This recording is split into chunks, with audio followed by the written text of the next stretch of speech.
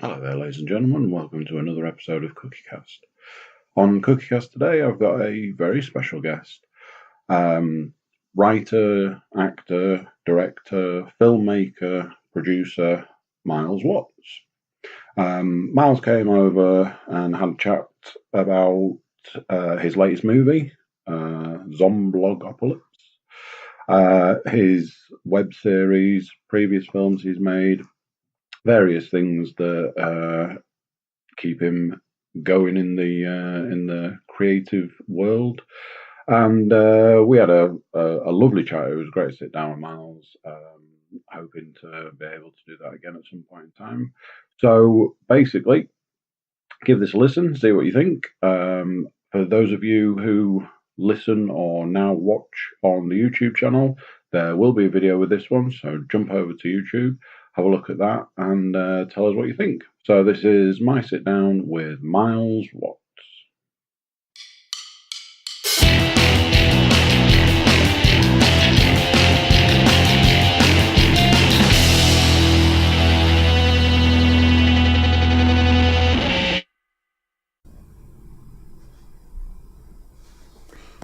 Right, I'm going to give it one of them for a mark, and it's podcast time. Let's do this. Miles Watts. When was the last time you heard that? No one's ever used that on me before, but let's get a spaced reference in there immediately and we're off to a good start. We used to call you that years ago. Really? Yeah. Miles Watts. Miles Watts. Miles Watts. TA. Short way up, long short way down. Love it. I'm grabbing my coffee. Miles. I just picked my nose then, I'm sorry. How the devil are you, sir? I'm very well. Very well, although as explained earlier this morning when we were getting our coffees, I do feel like I've been beaten up. But that's part and parcel of what I've been doing the last few weeks, just getting beaten up. I was going to say, when you were saying, I feel like I've been beaten up, I was like, pretty sure I gave you a good kicking at some point in the last few weeks. Oh yeah, we had a fight, didn't we? Yeah. We did have a fight. For people who might be worried now, we had a pretend fight on the set of a movie that we're making. We told you it was real. And Cookie was playing a zombie in our film Zomblogopolis, and he had to try and kill me, and I had to throttle him. Were you throttling me, weren't you? There was throttling. There was throttling going on. I did enjoy the magic behind the movie of the rather than me pushing towards you and you pushing away from me, it's actually the other way around. Yeah, I'm pulling and you're pulling. Yeah, it just then it looks like you're struggling, but you're both in control of it. So if either of you loses grip, you just fly backwards and which I did. I ended up on the floor. That was a hot day as well. Oh my god. Greenhouses and stuff. Yeah, that was amazing. We were filming in a garden centre, and it was about 40 degrees plus.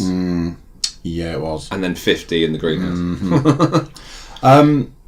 So for the listeners and new watchers who might not know who you are, if you had to fill in a CV right now, what would your Miles Watts job title Miles Watts. I'd just say film director because it sounds cool, doesn't it?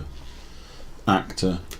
Director. It would be producer, writer, stuntman. But that would be like in Garth Marenghi. It would be like writer, dreamweaver, horror writer plus actor.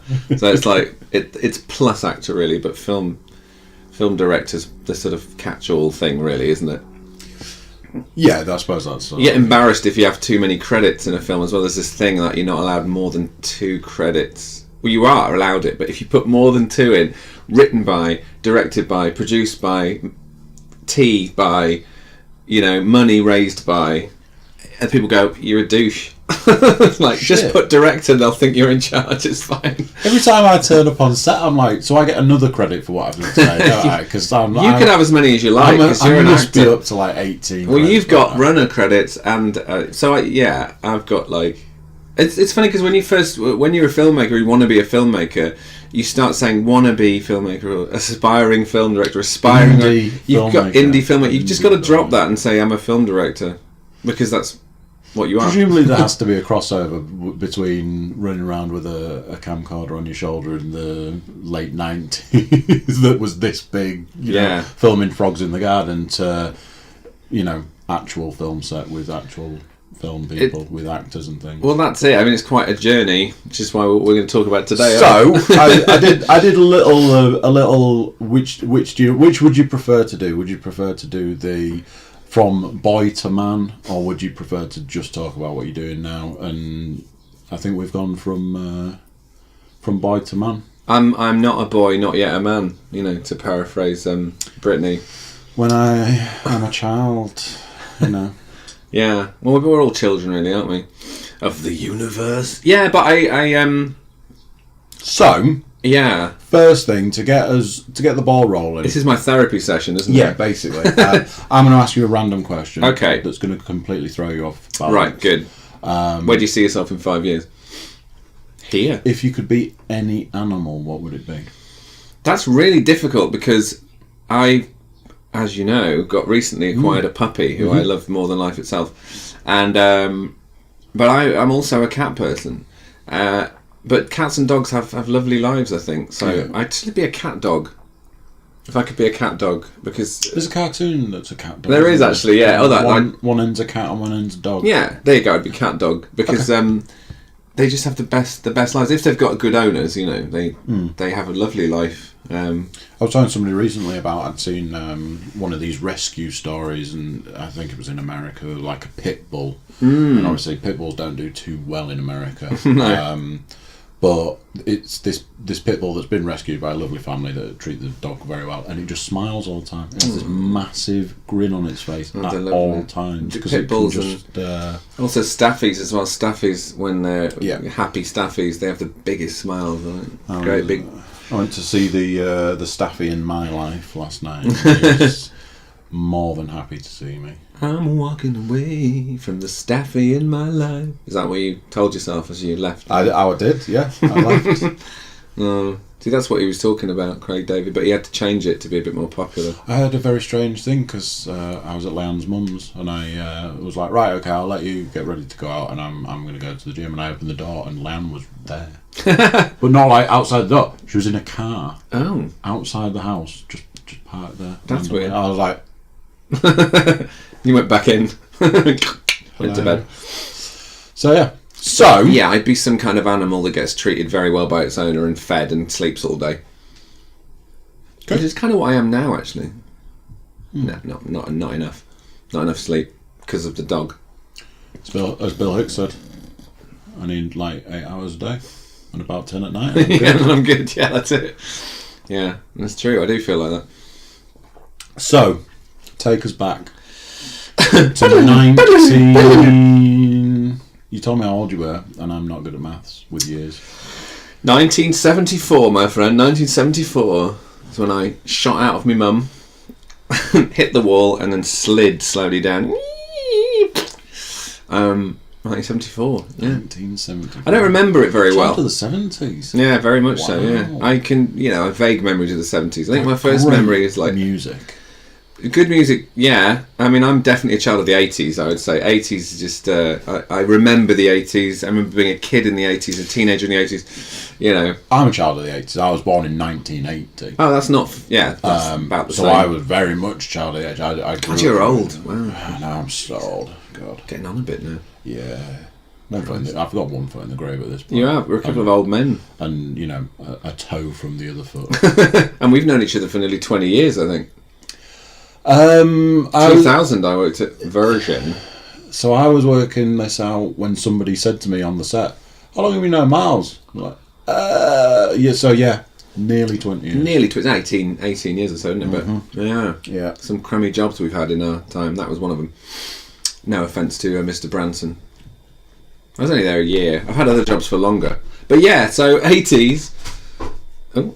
There you go, you got some droppage there, post. A little bit of post. I did hear droppage. The 80s were great. They were very colourful and American influenced, and we all wanted big American movies, Spielberg, Lucas, into which I was inducted, so that was the defining sort of decade of my life so far, I reckon. 90s was as well, but in a different way, because I was a teenager.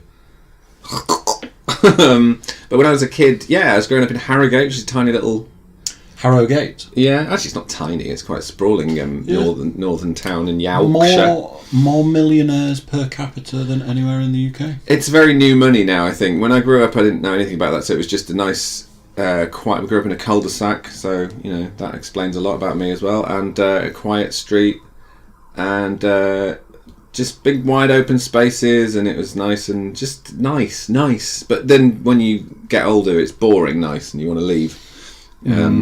And then, well, I wouldn't go back to live there, but I live in York, which is half an hour down the road, so I didn't go very far. So you ran to the hills of York, very flat York, very flat York, yeah. So it was a nice. I had a nice childhood. I was into Star Wars figures, playing with Star Wars figures in the garden. You're one of them. One of them, yeah. A nice child. I know. I was talking about this earlier with you, and I was saying I had a normal. Actually, no, it wasn't. It was an abnormal childhood because my parents are still together. In fact, they celebrate their 50th wedding anniversary next month. I think it's when I turned teenager that everything went wrong. Because I was I became aware that the world isn't as innocent and lovely. And so, we did have a little bit of a conversation beforehand. I do have this thing that sometimes when I know I'm doing a podcast with people, they start talking, I'm like, shut up. Yeah. Don't speak to me. Just stay over there. Don't talk. Don't say, because if you say a word and it doesn't go on the podcast and it was really relevant, then I'll never forgive myself. Yeah. But we did have a bit of a chat earlier on, I was keeping it brief though because I knew that was the case. Yeah. So you said childhood was fine, but when you hit teenager, now the question I would sort of put to you is: was that your doing, or was that like a circumstance? I remember my teenage years. Yeah. I was very. I just needed. I was seen as a naughty child. I didn't see myself as a naughty child. I saw myself as I wanted to explore the world. I wanted to, try something to see if I liked it, to see if I wanted to do it. Yeah. Running around fields, riding my bike, seeing my mates, and I didn't see that as being naughty. But no, apparently that was viewed as. It doesn't sound that naughty. Yeah, it's what happened. Were you doing it while brandishing a machine gun? See, that's where you went wrong, you see. On your so the machete, BMX. The machete's fine. Machete's fine, yeah, fine, but guns, no. We shouldn't have guns, no. Well, I know, it's easy to say it's so-and-so's fault or so-and-so's fault, but really it's just that I was quite naive and green when I was younger. And then I think you start meeting people and not all those people are very nice, and your reaction's probably not. You don't, you as you get older, you learn how to deal with difficult people. So that's been a long journey. I tend to keep my friends close and my enemies very far away. Yeah. Keep them far away, then they can't get to you. Yeah. I never understood the keep your enemies closer, because really you stay over there. I do kind of like the phrase "know your enemy" though. And it's just like don't have enemies. I don't have enemies, but I have people who I've dealt with a lot, and then gradually gone. Do you know what? They're probably worth staying away from because life's too short. Yeah, and I think you get older, you realise that there's people worth having in your life, and the people who aren't worth having in your life don't have them in your life. And this is the second time in 2 days I've had this conversation. Oh, really? Literally, I think a lot of people had this almost at the same time yesterday. Maybe it's a time thing, but at the same sort of time. You and I are in the same ballpark of age, aren't we? I'm sorry to age you 6 years, but yeah. I'm 44, you see. 44 is different to 38. This music's too loud. What? Yeah. But yeah, I was having this conversation yesterday. I was saying, you go through life so far, you meet so many people, and then, for the example of what was happening yesterday, somebody said to me, I had a conversation with somebody, and they said this, and their view is the opposite of mine. Right. And then they were, I can't talk to that person anymore. I was like, is that necessarily right? Yeah. The golden rule: stay away from religion, politics, and people's sexuality. Yeah. And you can kind of get on with everyone. You can find a common ground, I think. And I was kind of sort of saying, look, the way we, and I had this conversation again later in the day because of it in earlier in the day, and I was saying, we kind of look at people and we say, I don't like that about you. Yeah. But I have to assess how much. Is it enough for me to say, you know what, me and you aren't going to get on, and Yeah. you need to go over there. Yeah, if it's giving you an anxiety attack, it's probably best to stay away from that person. But if they've just got a different view, Yeah. that's fine. A friend of mine, as a group, we know not to bring up certain subjects around that person because it sets them off. So but I'm the we same. as a group went, let's not have a conversation anymore. Yeah, I'm the same. I'll just if I don't find something useful or fun or worth discussing, I don't have to discuss it. I'm not obliged to discuss things. Just like people aren't obliged to agree with me. You want to go now? Hey, fuck off. Yeah. Pause it there. But there's a lot of that now, I think. I think people, more than ever, people need to learn to get by without attacking each other, verbally, physically, whatever. Yeah, we're all weird.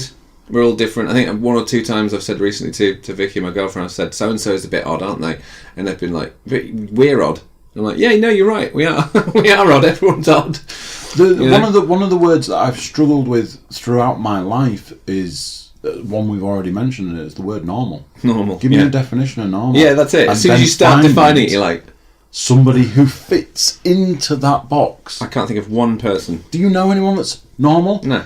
So surely that then means, for the definition of normal, that we're all normal. Yeah. Because we're all not normal. We're all not normal. It's just abnormality is normal. You would end up in this perpetual loop of trying to define something that I don't think exists. Certainly now. Yeah. Certainly nowadays.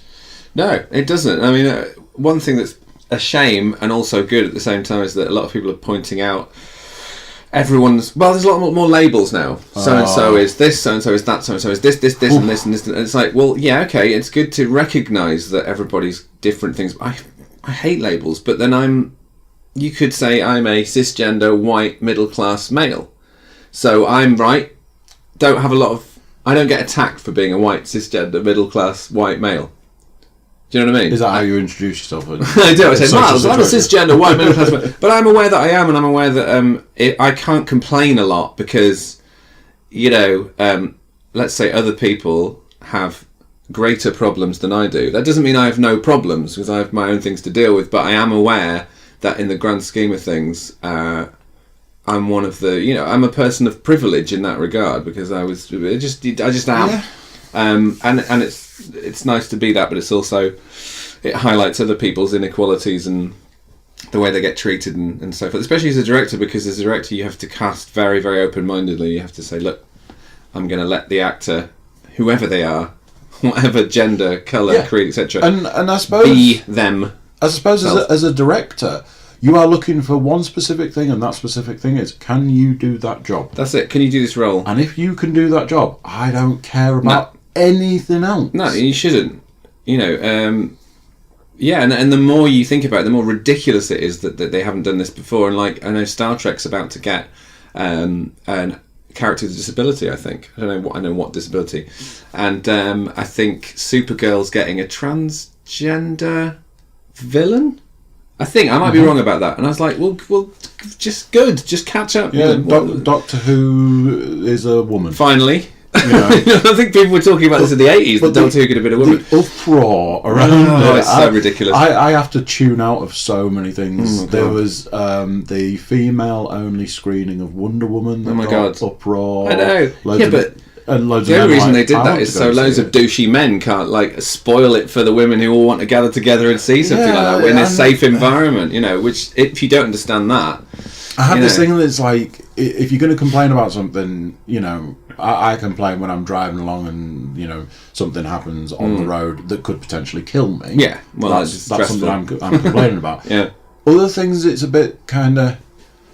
I'm probably not going to get out of bed to complain about something like there's a female-only screening of something, and our latest Doctor Who's a woman. I know. Transgender this or or that there's too many. That it's hard for men to get films made now because women. Get some perspective. Go away and go into a cave somewhere and read some stuff and come back out. I remember a time when, because science was always a good comeback. Yeah. Because science. Yeah. And because women. Because women. I actually had a rant about a female-based thing, and it was that I'm a big fan of the NFL.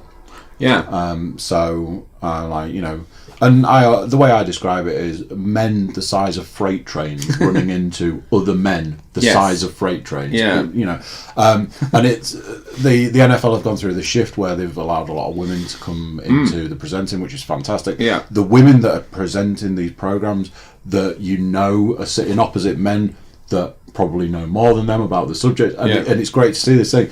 And then I saw one where there was a woman talking, and she was like, "Oh, we're going to talk about this, and we're going to talk about this play." And then she pulled a pink pen out, and I was like, "Pink! It's a pink pen!" Because I hate pink. It wasn't because she was a woman. It wasn't because she was talking about this particular play they were going to do. It was because of my disdain of the colour pink.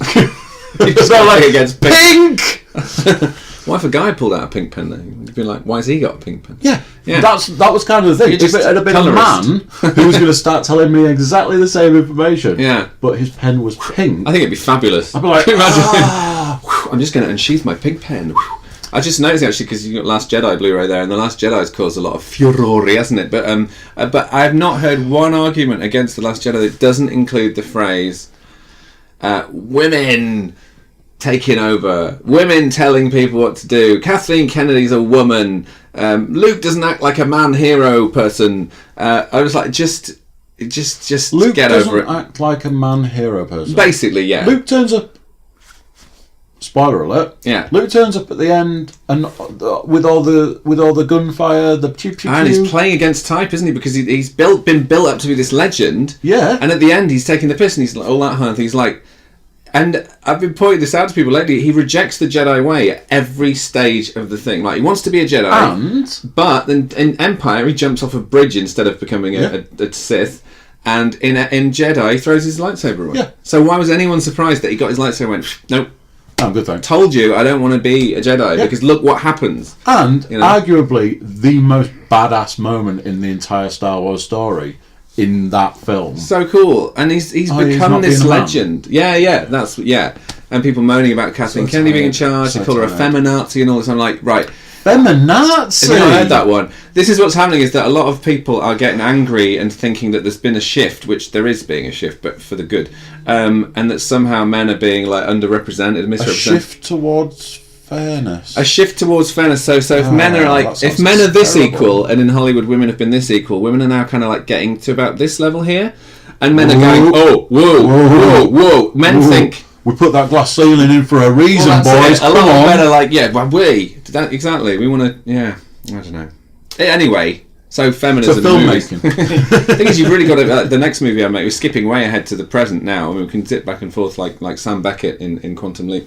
The next film I'm directing is an all-female cast. Ooh. Don't think we're ready for this. Too many women. Sounds like a lot.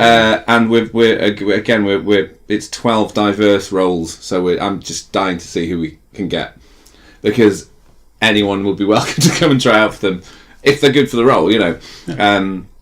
We don't mind. We want to find a really good. But then you hear things like who was it recently that said? Was it Gilliam? Terry Gilliam said if you made Monty Python these days, you couldn't pick 6 white men. You'd have to have one of each. And I was like, oh, Terry, one of each, like ethnicity. I was like, right.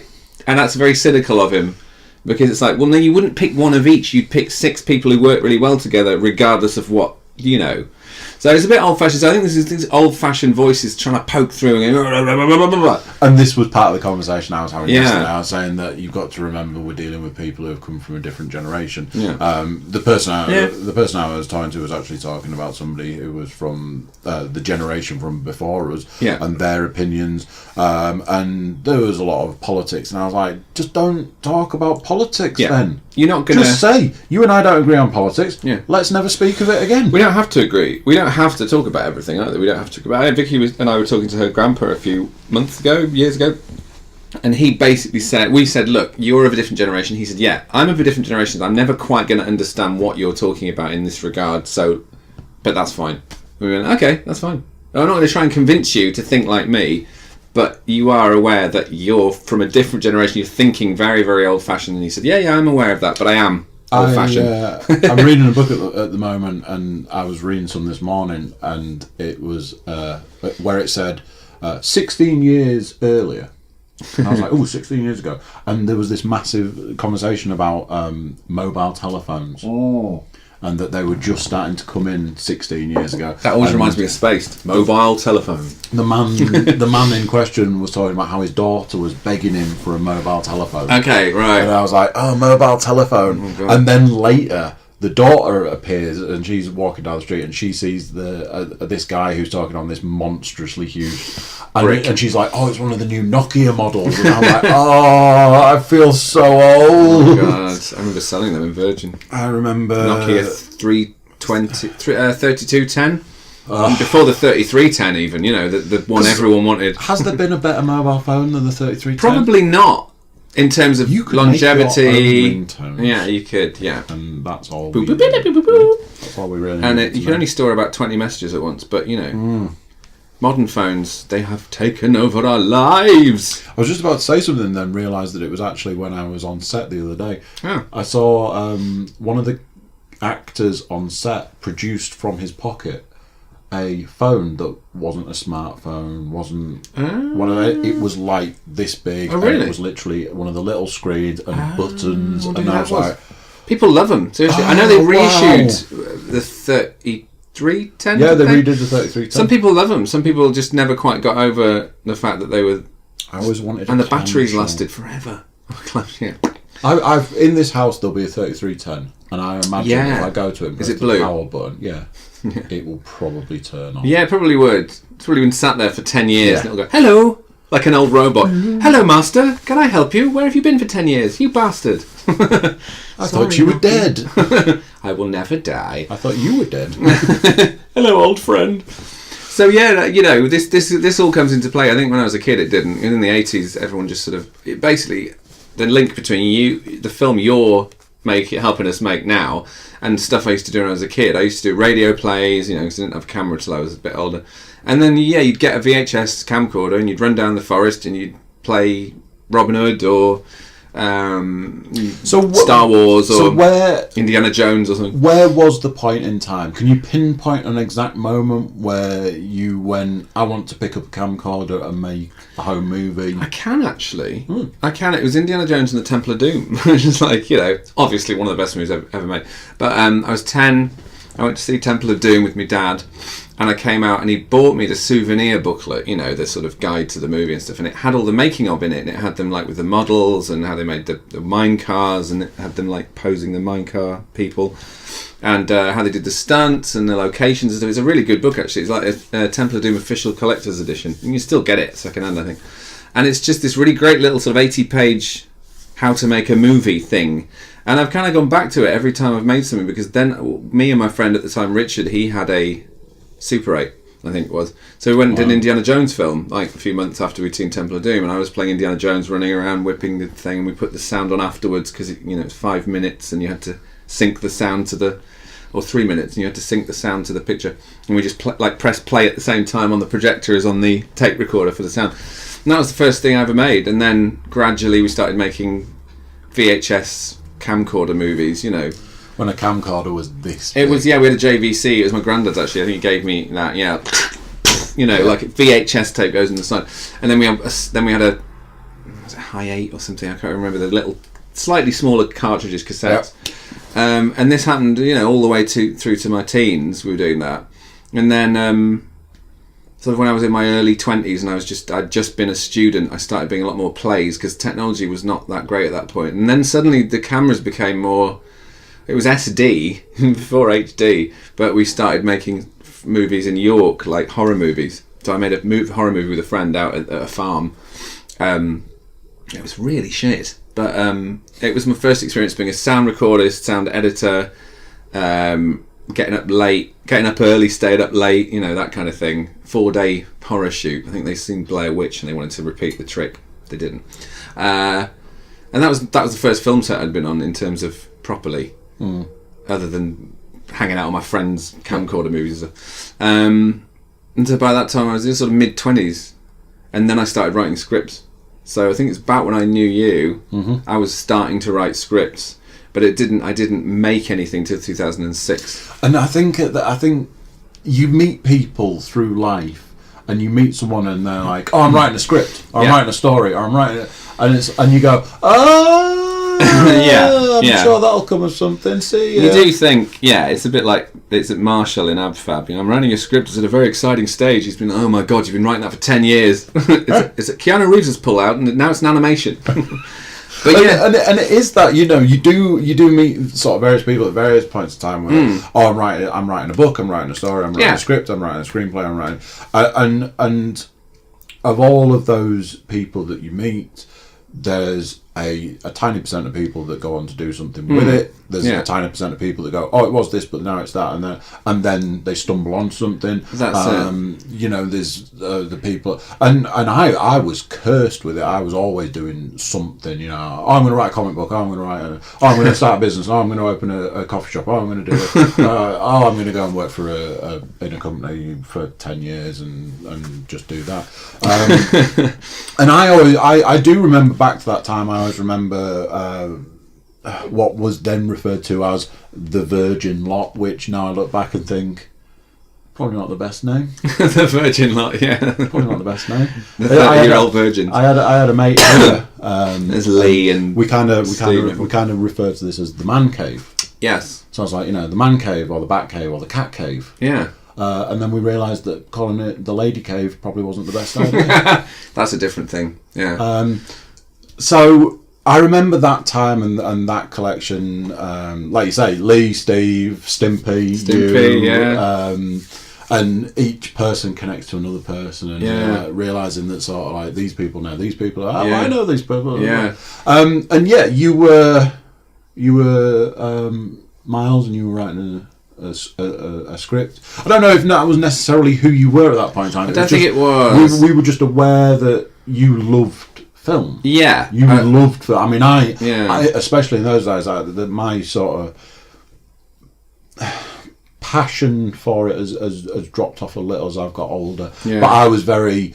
Me and my friends used to play the what film game. You say, I know what film's this from, what film that's from. Let's do that every day. And you try and get it harder and harder and harder. Yeah, because more obscure. You know, when you're saying lines from The Matrix and everybody had seen The Matrix, it was, you know, so you had to make it more and more difficult. And you'd watch something and you'd talk about it. Yeah. And I loved film. I loved watching film. I used to love going to the cinema and things like that. Used to.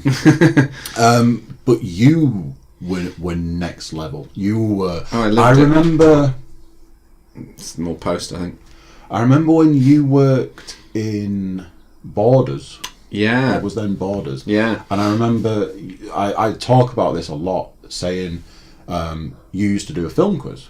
I did, yeah. And me being, I know film. Oh, let's go to the film quiz. And me and Liam went to the quiz. We were a team. We sat down, and I think I managed to get 3 questions right of what I seem to remember was something like 50 questions. Well, they were difficult. And I'm sat there going, oh my god, I don't know anything about films. Yeah, I remember making them quite obscure because some of the people there would just get everything right. Otherwise, they're massive nerds used to win it. You know, like me. I was like, God, I can't believe I got that many right. Yeah. But it was quite esoteric. Really, I had to sort of make it a bit more general eventually. It wasn't like a pub film quiz where you're like, oh yeah, you know. No, it was. Which film won the Oscar in 1955 for Best Picture? It was Marty. But yeah, yeah. So you were film guy, but you were, like, say, you were next level. Me and my mates were like, oh, what film was this from? Oh, do you remember that bit and that? Do you remember how they made it? Do you know about this? I had a conversation the other day. We were going to watch The Thing, and we did a podcast for it. And that part of my brain that used to do films went, pretty sure The Thing's a remake. Because someone was like, oh, they remade it. And I was like, I think that's a sequel prequel. And I was like, I'm pretty sure The Thing's a remake. The Thing from Another World, Another Thing from Another World, 1952, black and white. And it's great. It's great. I mean, the monster's a bit cheesy, isn't it? But I mean, you can't say that about the John Carpenter film. My God, it's one of the finest, most disturbing films I've ever seen. I've said it before. I've said it on the podcast. I've said it. I'll say it again. The casting of the dog. Yes. Oh my God, can that dog act? Jesus. just staring off into the distance. Oh, it creeps. I know, amazing. And I said it on the podcast, but you put The Thing next to American Werewolf in London as far as effects go. Oh, easily. And they've not been, you know, they haven't been rivaled. No. Whereas people like Rick Baker, Chris Wayless, Rob Bottin, all those amazing, you know, Greg Nicotero, all these massive heroes of mine and everybody who loves horror. They're just like, I mean, The Thing is kind of like, it's possibly the best practical effects horror movie I've ever seen. Just, I mean, it's off the scale. There's some bits in it where you're like, yeah, oh my god, what did I just see? Like, you know, the blood test with the puppet going, the hands going in the thing with the... So the story around that is that nobody in the room knew that was going to happen, other than it's a bit like Alien, isn't it? Yeah. Because he wanted a real reaction to what was going on. And they used a guy in the long shot. They used a guy with no arms to play a double of the Doctor with a mask on, didn't they? But it's just a beautiful film, and it's just got a 4K re-release now, which you don't have to have a 4K telly to watch it. I'm going to get the Blu-ray with the new transfer on it because it still looks great. But what a film! I mean, films like that. And in the 80s, these films were all coming out. Friday the 13th films, Halloween films, Nightmare on Elm Street films. I'm trying to rewatched all of them recently. You know, they're varying in quality, but I love the Friday the 13th movies. They're all the same. It's holiday camp, and you know, he's just going around. It's either it's the mum, or it's Jason with the hockey mask in the third one, and then but it's just kids getting killed in cabins. It's great. Every time I'm at a quiz, there is always going to be the question: who was the killer? Who was the killer? If you've seen Scream, it was Mrs. Voorhees. Yeah, she's amazing in that first one, isn't it? I actually had it on a speed quiz about a month ago, and I went, "Oh, yeah, no, not in the first one." And Scream is a great movie as well. I think Scream really did sort of like, here we go, horror's back, you know, because it needed to come back, and now it's just been back ever since. I think horror. I embarrassed myself on the on the Thing special podcast by not knowing that Wes Craven was dead. Oh. Yeah, it's a shame. I mean, they should completely forgot. Like, everyone's hoping John Carpenter's not going to go this year. I hate to say it, but it always happens during Fright Fest. George Romero died last year. Wes Craven the year before. If John Carpenter goes this year, there's some kind of, you know, Illuminati thing going on. Yeah, definitely. But these are all people who. But in the 80s, I wasn't necessarily into horror. I think it's the bathroom door opening by itself. I wasn't like into horror. I wasn't like born loving horror films. I liked movies, so I liked a lot of Spielberg, Lucas, and they had elements of horror in them. And then gradually, as I got older, I started discovering Evil Dead and stuff like that. Quite late on, actually. I was me and Leanne did a horror movie special, and I told the story about how I'd been traumatized by horror films as a tiny child. Yeah. And believed that horror movies were the scariest thing known to man. Yeah. So I avoided them like at all costs as I went through life. Until I hit 19, 20 sort of age. And when me and Leanne got together, and it was, she was like, "Oh, should we watch a film?" I'm like, "Yeah, I love a good movie, let's watch a film." She was like, "Oh, okay, let's watch Candyman." And I'm like, that's a horror movie. That's a horror movie. And, you know, being, you know, new relationship and being a guy, a man. Yeah. Oh, yeah, let's do that. I can imagine going, what's the matter with you? And I'm like sat on the sofa like this, like, and as the film went on, I'm like, yeah. And then it ended, and I'm like, what? Yeah. It's like extreme. They're just extreme cinema. That's the thing. It's like they are just movies. I mean, yes, it's a genre, but everyone's always going on about horror films, not horror. It's like, I think it's Fulci or Argento, one of those great Italian filmmakers, said horror is mainstream. It just is. It's not really a genre. It's just mainstream. Everyone loves a horror movie. People love being scared. People know them all. You know, they're fun. 1987, right? I saw RoboCop and The Fly and Hellraiser. I think there's that of my friend Neil's house, because Neil would get 18 certificate movies, and I was about 13, which is a bit, you know, my mum didn't love me renting those kind of films. And The Fly completely fucked me up, I have to say. I mean, I've seen it again recently, and it's I mean, again, physical effects. Jeff Goldblum's performance, all of it, the set design, the music, everything.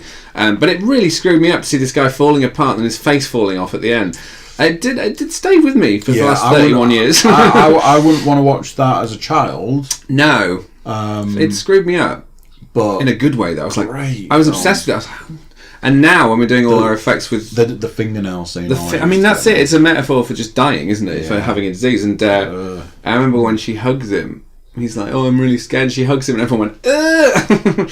Like, well, he's just a guy who's ill, you know. He happens to be ill in a very sci-fi horror-y way. Yeah. But they screw you up, horror films. They really stay with you. Even It Follows. We watched It Follows. I've seen it a few times now. But I was thinking about it for weeks afterwards. Like, what would you do if someone was coming after you? And they're going to get you. When they get you, they're going to kill you.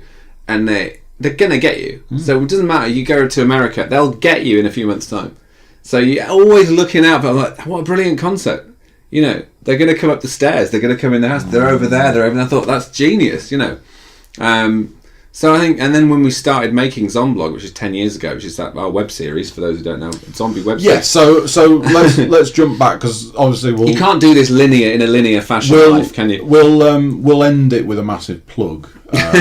But so talk about the series. Let's go through the series. The series, it started out as a web series. Me and my cohorts, Hannah Bungard and Tony Hipwell. I was working with Tony at City Screen Cinema, and we just started.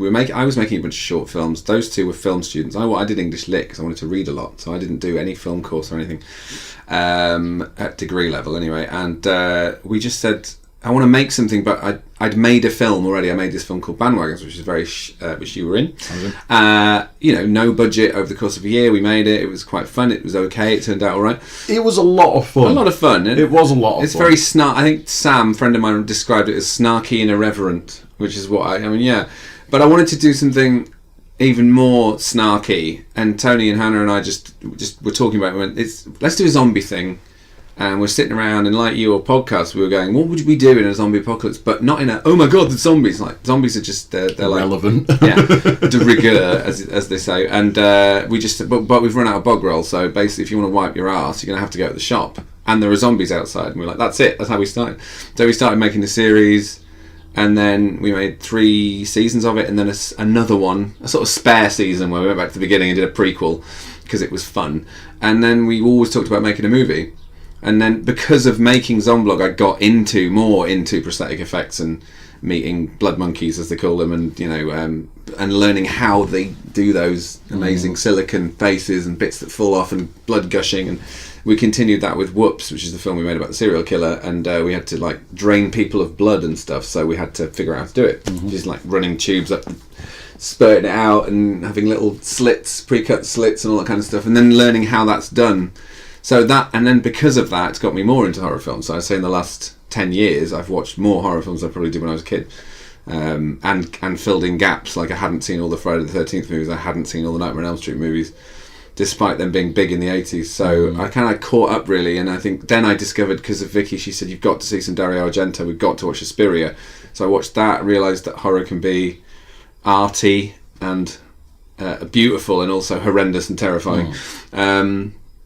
And then Lucio Fulci and all these different people, George Romero, obviously. I kind of discovered George Romero again because of Spaced, I think. Spaced came on, and there were lots of references to Dawn of the Dead, and I was like, oh, Dawn of the Dead, yeah. So I wasn't like Edgar Wright, for example, I wasn't a horror nut from birth. I kind of came back to it. I was a bit like Dawson, probably. I liked Spielberg movies, you know, and then I started discovering all kinds of different films, Woody Allen and foreign films and horror. I had a Dawn of the Dead sort of thing that I wanted to get it when zombie movies were big. The zombie explosion, like so 2004. A little bit before that. Shaun, Dawn. The sort of the vampire movie explosion. You know, your Blades, your Interview with the Vampire, you know, that sort of. And then we had the zombie explosion. So to try and get hold of what is probably one of the most classic zombie movies at that point in time, people wanted silly money. Yeah. And I mean, like, we're talking hundreds of pounds. Funny, isn't it? And it was like on VHS. Oh my god! DVD. Why would you want this? Why would you want that sort of money in it? And I had like various different versions of the film in my Amazon basket, and I just kept checking. And no, this person wants £106 for a DVD. It's really hard to get a Region 2 Dawn of the Dead Blu-ray because you can get, if you've got multi-region, you can get a decent good bit. So this went on for what was probably 18 months to 2 years sort of area, and then one of the ones that I've been keeping an eye on suddenly just dropped in price, and it was like buy. Yeah. So that turned up, and we sat and watched that, and it's such a movie. It's such a movie. It's the making of it's fascinating as well because he was such a understated guy, George Romero, and I love that we're not, and everyone who makes a zombie film is just automatically indebted to George Romero because they will have picked up quite a lot, even if they haven't studied the movies. But things like the Monroeville Mall, they had to borrow it and hire it in the evening, so they had to get in, make a mess, get out. That's classic filmmaking there. You know what I mean? The location, the production value of that location, the actors, the gore. It's the fact that the creepiness to categorise zombies, and it's something that we did on the zombie podcast. You categorise zombies into two types of zombies: Romero zombies, and rage zombies. Yeah. So a Romero zombie is slow, mindless, often blue. Yeah. A rage zombie is 28 days later and onwards. It's World War Z. They're fast. They're intelligent. They're aggressive. Sexy. They're they can climb. They can jump. Yeah. They're gonna get you. And there's lots of them. Yeah. So the fact that George A. Romero had that massive impact on the genre to the level of certain zombies are named after him. Yeah. So huge impact. And also, which ones are scary? Because they're both scary. But I'm more of a traditionalist. I do like the slow zombies, and we have them in Zombie. But we had one running zombie to make a point because we were going zombies don't run. And at the end of that episode, oh shit, it's running. So there's one so far, and but they're scary. I think that's the thing. Fast zombies are obviously scary because they're coming at you slavering and they're going to knock you over and chew your neck out. But slow zombies are terrifying because you're like, custard pie. Look at that stupid. Still going to get you. They're coming at you like the boogeyman, they're scary. You see one like walking around a car park and looking around at you, it's terrifying. If you look at Zombieland, yes, they were still more in the slow, because like the bit where he's running around the car. That's funny. And they're sort of like running after it. Cardio. And he's like, they're doing something with Zombieland 2 now. Yeah, next year, aren't they? Try and get in the car. No, another laugh. I love that bit. I'm trying to get in the car again. Always check the back seat. Yeah, I think it's a very funny film, and when it first got announced, I thought, okay, it might be one of those very throwaway, silly slapstick zombie comedy movies. I thought, okay, I'll go see it. But actually, great characters. It's another film that I will go.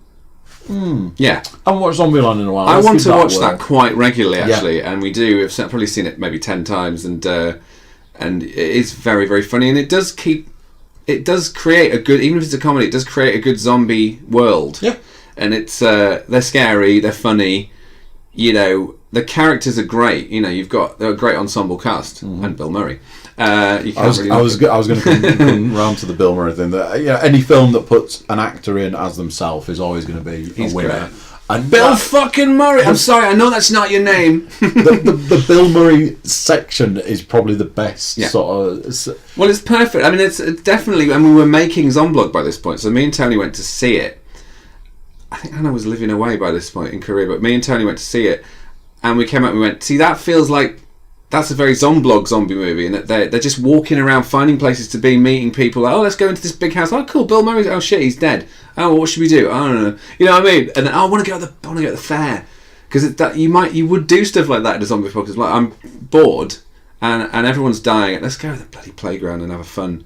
But in the end, it turns out to be a bit of a silly idea, doesn't it? And the fact that I often sort of talk about like the zombie stuff that we're doing, the zombie stuff that generally people do. If you boil it down from it's like that, you boil it, you generally find that, because each of those 4 characters in that film had one key thing. Yeah.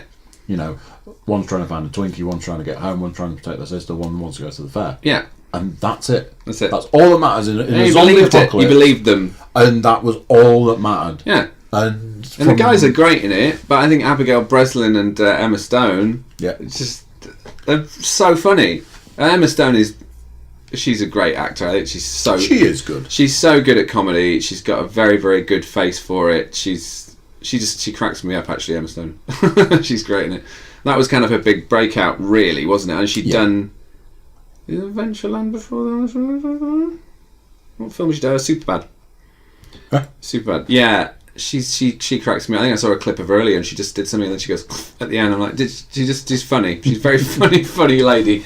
But yeah, the film was great. Woody Harrelson obviously is a massive star in that movie. It's one of those films where you go, yeah, he's great. You put Woody in anything, and instantly my interest goes up by a certain percent. Oh my god, though, how tragic is it when you find out about his dog?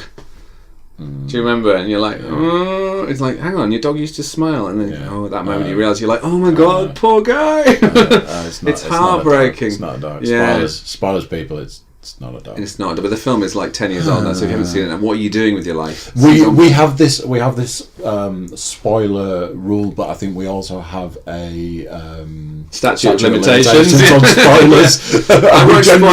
We generally turn a spoiler alert into insulting our lovely audience by going, if you haven't seen a 30-year-old film by now, go and that's it. Watch it. If you haven't seen Citizen Kane, Rosebud is the name of his shoe. Spoil that for you. I think there's been and then there's going to be a massive zombie year next year. We've got the Zomblog movie, obviously, which is the best one that's coming out. There's Zombieland 2, Anna and the Apocalypse, which is a zombie musical. There's a Jim Jarmusch zombie movie with Adam Driver and Bill Murray. Could be wrong there. Adam Driver, anyway. There is one more I'm forgetting, but yeah, lots of zombie movies. So we're in good company. So if ours gets released next year, it'll be among others. Sandwiched nicely between them. You know, people can't get enough zombie movies. But I think the thing is, you make a zombie movie or series or whatever because you want to make your version of it. It's not like, I'm just going to cash in on it. Because we may not make any money from zombie. I don't know how these things work. We may just sell it and someone else will make money of it. I don't know. But we make it because we love it. That's why we're still making it 10 years later. And it goes in the history books, It's part of the thing. We've been studying in universities, We're in at least 4 textbooks about zombies.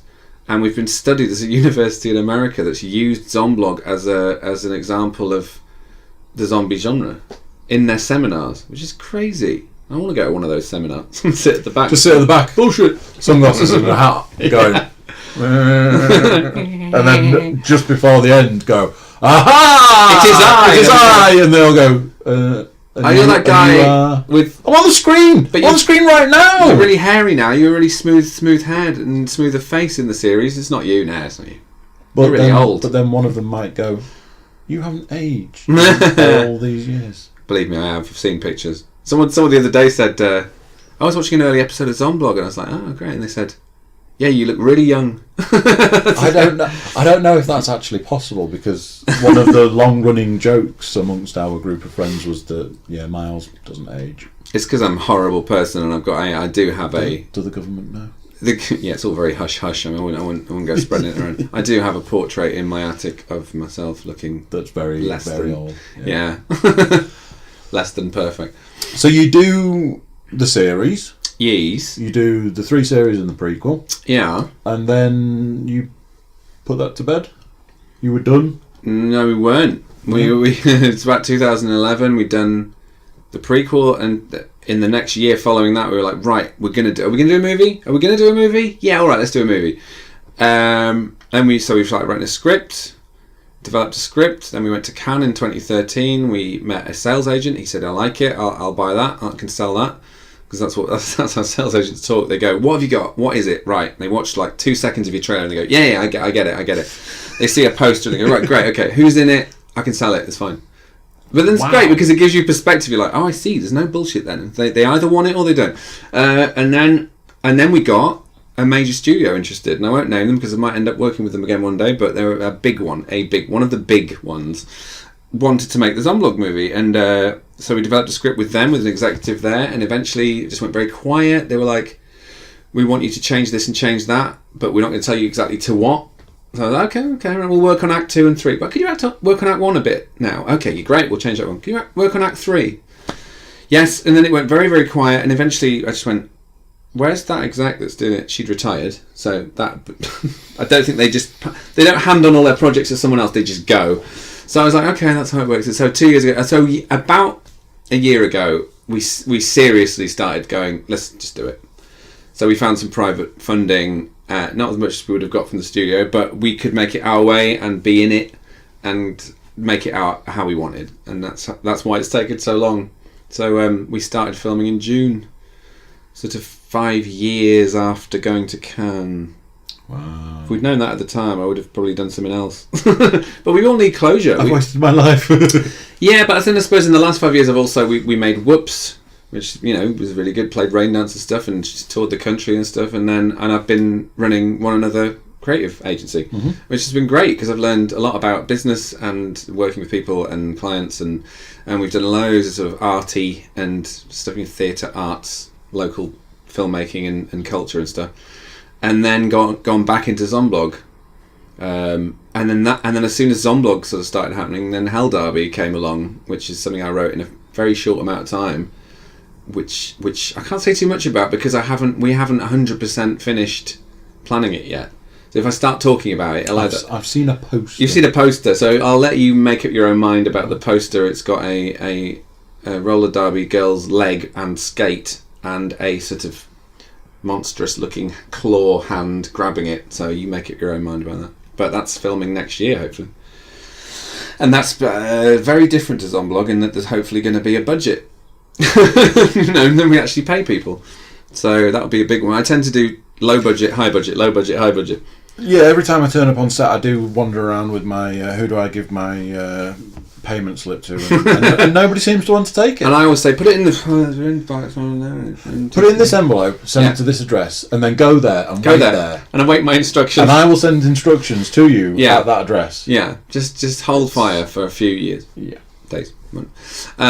Yeah, everyone pitches in on Zomblog. That's the difference. It's like the money goes on the film. It's been practical thing. And I know that you talk about it whenever I see you. You're always banging on about immensely grateful for anything. Yeah. You know, I am. I at various points see on the phone Miles. What's he want? What do you want now? Cookie, can you give us a lift somewhere? Can you help us build this? Can you come be a zombie? And every time it's always, oh my god, I really appreciate it, and then you'll go on to talk about other people who have done other things that you appreciate, and it is, the passion's very much there, but then the other people's passion's there. Absolutely, and the people that are helping out and the people that are doing X oh my god, Z, we couldn't do it without that help. We'd be shut down. We wouldn't get off the ground. We'd be wandering around a field, lost, crying. It's the fact that people like you and also people who gave us the money and all the Indiegogo backers we had originally, because we got some development money a few years ago from them, which we spent on pre-production and now the film. You're screwed without that help. Forget about it. Wouldn't happen. You'd just be sat there in your bedroom making a podcast or a web series that no one saw because no one would have helped you do it, and it's this. And it's even with the podcast and stuff, it's people picking it up and going, hey, look, I want to get involved in this. I did this. Hey, look, let's share this. And that's how it works. That's how Zomblog started. We used to have 100 fans, on Facebook, and then 200, and then 300, and now we got over 2,000 on Facebook. I'd like more, but we stopped asking after a while because it just sounds desperate. Can we have some more fans, please? It'll catch on. Like and share. Yeah, like and share. That's it. But it's the people helping that makes it happen. It does. I know you could be a bit sort of like, but that's our idea. It's like, fine, have an idea and then see how far you get without any help. You won't get anywhere. People have to care. The fans have to care. People have got to listen, watch, give you money, support you, help you drive things around, bring things to the set. All the actors are doing it for now on Zomblog, and really good actors as well. I mean, they're really, really good off that stage and telly and stuff, but they're doing it because it's fun, and they are great in it, and they've all made their characters their own, and we wrote them a certain way, but then they've just gone with it, So we look around, we're like, well, that's Gemma, that's Andy, that's Andrina, and they just are that character, and we didn't write that character. We wrote some lines, and they made the character, because I was worried about that. I was like, what if our words are not good? What if the actors didn't write good words? Didn't write good words, and then it was quite a funny script, I thought, but I thought, what if they all turn up and it doesn't work as an ensemble cast? And boy, it works. You've been there in the room when they're all going for it, and it's like I felt like I was really in a room with these people who were really angry at me, because I withheld their supplies during a zombie apocalypse, and I'm having to be horrible to nice people. There's some actors on the set who were so nice that I've had to be really mean to. Like Paul, who's playing the sound guy, and Lucy, and I'm just like, shut up, stop interrupting. And Anna, who plays my PA, go get me some biscuits. Horrible. I'm a horrible person in this film. It's like a version of me that if I was that guy, I wouldn't get anything done because everyone would be like, screw him. So I used to pretend to be nice, well, as I do to you. Oh, I'm sure. I'm under no illusions. No. So at this point, what's left? We're on Zomblog. We've got 3 weekends left, which is big sequences in the movie we saved for last because it's going to just take everything out of us. So this coming weekend we've got in the cinema in Thirsk, we've got a big finale scene, and then 2 weekends after that, thank God, we've got a scene at York Maze which is chases and action and explosions and gore and deaths and zombies everywhere, and that's going to take 3 days over 2 weekends. Then 1 day we've got for some bits, but we've still got a friend of ours is shooting another sequence for the movie somewhere else in Florida, actually, which will become clear later on, and we also have to film a sequence that we haven't filmed yet, which sort of doesn't involve us. So there you go. There's quite a lot left to do. She'll probably take the rest of the year and beginning of next year, and then the film will get into post-production. And so I kind of get that once you finish the filming, that it's not like, right, the movie's done, let's all go and have a tea and a biscuit. No, because that's kind of when the hard work starts. It's nice in some ways because you're sat in your room or you're meeting people or you've got coffee and a computer, but it's a lot of work. It's more intense, I think. Like the shoot is very sporadic and it's very tiring and it's very physically tiring and intense, whereas in the end, yes, it's years of prep, months of prep, and then technically it's 21 days of shooting. Whereas post-production can take months of continuous work. So you probably, if we started post, say in, November, it's going to take the best part of a year to get, like my friend Stu Spark, who's just released a film called Book of Monsters. It's in Fright Fest in a couple of weeks.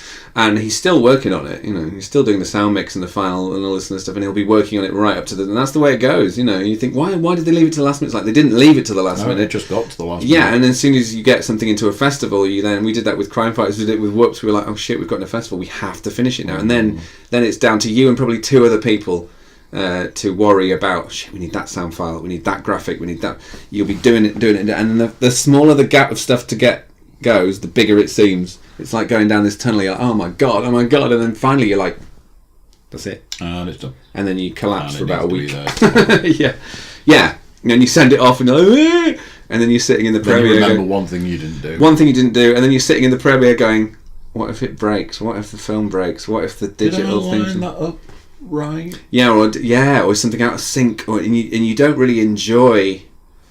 Because you expect, when we showed Whoops at Reel, we had 600 people in the cinema, and I was like, I've never shown anything on DCP before, which is a digital cinema package. They ingest the film digitally into their system. You don't lace it up or anything. What if it just freezes halfway through? So I sat there for 90 minutes like this, pretty much, and then gradually relaxed, and then at the end the film ended, and it wasn't until it ended and the credits went up, I went, because I thought, what if it pauses? Well, I'd been there before. I've been at a screening of Crime Fighters in London, which paused. It broke 5 times. And I bet bandwagons the night before the tape snapped, and I had to put it all on a different tape. And we had to change tapes halfway through the screening. And it just said, part 2 coming. So, God, it seems archaic now. Oh, wow. So, yeah, it's horrible. And then after a while, you can't watch the film, so I could never sit and watch Whoops again with an audience. I can't do it. Because presumably through the editing process, you must essentially see the film hundreds of times. And then, Sam Robinson, who's the producer of Whoops, he had to watch every time he did a DVD or a Blu-ray for a festival. He then had to sit and watch it all the way through to make sure that worked, because if the export goes wrong or it freezes or something like that, there's no point in sending it to the festival. So he would sit and watch. So he's seen the film probably about 400 times or something like that. I've probably seen it 100 times. Yeah. Why would you want to watch it again? But I can still go in and watch little bits and go, that was well done. That was good. But most of the time with Whoops, I go in and I'm like, yeah, we wanted to get an extra shot there. Yeah, we didn't have time to do that. We didn't have time to, which is a bit cliche that filmmakers say, oh yeah, they just see everything that's wrong with the film. If I'd have done it again now, I'd have done it completely different. Exactly, yeah. Well, that's why you make another film. I think you get hung up on it. Like, I've always written a script, finished it, developed it, made the film, signed it off, released it, and then moved on. Otherwise, you go mad. I wouldn't do a George Lucas. I would never do a George Lucas and go back in and tinker with any of my old films. It's like they're done. Make something else. You know, Hell Derby's got. It's got similar theme to Zomblog, let's just say. I won't give too much away, but it's a different take on it. Whereas Zomblog is the film version of the series, so I've always wanted to do it. After Hell Derby, I want to do something completely different. I think something that's barely got any cast in it after that. Whereas Hell Derby's got 12 women in it, and then loads of other supporting cast. But, you know... You just do Miles walks through a film for 9 hours. Walks through a field for 9 hours. That's me. Yeah, I'm just going to be standing shots. In a film. Yeah. No, I think you walking and looking off into the distance. I think Zomblog is the only thing I'll act in. I acted in Bandwagons as well, but I think Zomblog is the only thing I'll act in because it's me. It's my character, but I'm not that interested in being an actor. I mean, it's not really acting. Zomblog. It's just reacting. One of the things that I found, like coming and doing. I mean, for me, it's not acting. I just turn up and You're good though. You've played like a bouncer, a zombie, a heavy. Here, put this on. Yeah. And stand over there, and then do something when I tell you to do something. And bugger off. I can do that. Yeah, you're good at that. Give me more simple instructions. Also, drive here, carry this, pick that up. Run that way when this word is said. Yes. Okay. And you're waiting for you. I think I could do that with a bush in my face. Going, fuck off, bush. What kind of movie is this you're talking about? It's a bush in your face. But one of the things that struck me the most over those few days of filming was how utterly exhausting it was. For you? Yeah. And like I was like explaining it to people, like you go to work the next day and it's like, oh, what did you do at the weekend? Well, let me tell you what I did at the weekend. What did I do? You know, there was points where I was like, I was probably on camera for like 15 minutes of a 12-hour day. Yeah. And I had pictures of me at the back end of the day, just like, oh my god, and a few of us were sat around and we were trying to work out why it was so exhausting, and it's the constantly being on alert. Yeah. The constant sitting going, is it me? You need me that's now? it. Why do you want over there? Yeah. Oh, you don't need me. Okay. And a lot of waiting, and waiting is tiring because you go through. Whereas I'm on my feet all day, but adrenaline, man. You know, you get up at like 6 or 7 in the morning, and you're going till about 6 or 7 at night on this film because it's all day shoots. Fuck. I've made films that were all night shoots, and that just your circadian rhythm goes out the window, and you feel like you're basically living on Mars. It's horrible, and you forget who you are, and you haven't out of a life. Whereas this is like doing a very, very intense event-based job for a day, and then the next morning. The difficult bit for me has been the second day of each weekend. We did a 9-day block, and then we're doing like 6 or 7 weekends. So you finish on the Saturday. Oh, that went well, brilliant. That went so well. On the Sunday now, everyone is absolutely fucked because it's 2 days out of 2 weeks. So if you were doing 2 days, then 3, then day 4, then day 5, yes, you'd be tired, but you'd have this little rhythm going. Whereas on the second day, you're like, well, we finished tonight, so I'm knackered. So even though it's 2 days, so then the tiredness has just hit me in the face like a spade. This recently, it's just. I was saying to guys last week, and I was like, I imagine you guys literally just leave the set, go home, go to bed, and don't get up for dinner. I do. Yeah, I think. Well, we've all got. That's the thing I said. I tweeted earlier, and I said that the story of Zomblog is how 4 people, me, Hannah, Tony, and Nat, with completely incompatible lifestyles and schedules, managed to make a movie. Because I'm the oldest one, I tend to want to, as soon as we've wrapped, I want to go home and see Vicky and my dog Edgar and have a meal and just chill out, have a cup of tea and think about leaving the house. No, and just chill. That's what I want to do. Well, I've always been a bit of a square, to be honest, whereas I think that lot probably want to go out partying a bit. Tony's got a missus and a cat. And Hannah's always sort of wanted to go and do something afterwards, so some of her and the crew will go out but I'm too old for that shit. But maybe I was always too old for that shit. I used to go out with some of the cast and crew afterwards. Some people are born too old. Some people are, but I was born. Yeah, I was never like I had my partying years, but nothing too extreme. But I think after Crime Fighters premiere, I just wanted to go and drink tea. And some of the actors came back with me, just drank tea and chatted. Everyone else went out and got absolutely munted and went dancing.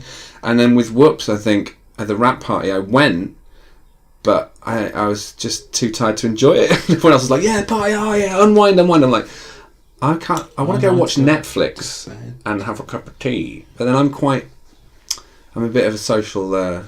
I'm a bit of a hermit, and so's Vicky. So that's probably why we ended up. We used to meet up at parties and go, shall we get out of here, shall we? So we were always the French Exeters. But it's great when you find someone who wants to do that, because I always thought there was something wrong with me. I was like, why don't I always want to go out and party with all these people afterwards? And like, well, I just don't. I hate them. I find that my sort of social, I've had this massive flurry of social stuff recently. There were points where it was like, I can do something on that day. No, I can't. I'm busy. So no, this week is no good for me, I'm afraid. Yeah. What the whole week? Yeah. I could write off a week like that. And then I have podcasting weeks. So this week has been very much podcasting. Yeah, you've done a few. I think I'm on podcast 3 today. In 1 week? Of this week. Oh, that's nice. And I'm podcasting tomorrow. Oh, that's good. So you found the time. 4. No, it's just because I haven't roped you into doing Zomblog this weekend, because it's not happening this weekend. Otherwise, you'd be with me. No, you wouldn't. Yeah. Doing your podcast. I've got the weekend off from the movie, so I'm for a change. I'm doing other things because So you made the time to do that. I think that's a really important point. So I was having this conversation with Ben Bentley, photographer extraordinaire, amazing photographer. I saw. I was talking to somebody at work.